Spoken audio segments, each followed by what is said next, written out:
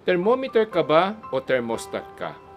Ako nga po pala si Michael Sai, ang inyong dad ng bayan. Ano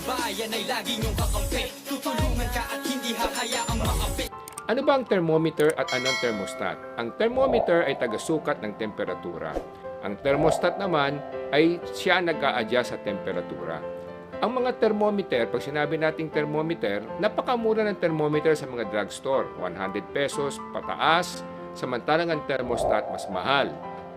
Naghahalaga ito ng 1,000 pataas at depende sa brand. Ngayon, kung thermometer, ano ba ang ginagawa nito? Sinusukat lang ang temperatura kung mainit o malamig.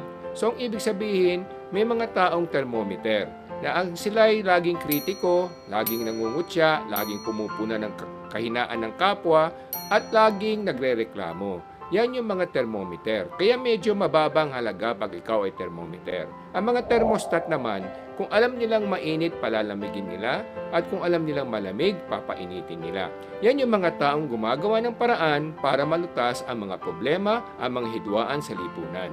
Yan yung mga taong nagbibigay ng solusyon at nagiging peacemaker. O sila yung tinatawag nating tulay para na sa ganon magkaroon ng mas magandang pupuntahan ang isang direksyon o ang isang relasyon o ang isang hanap buhay.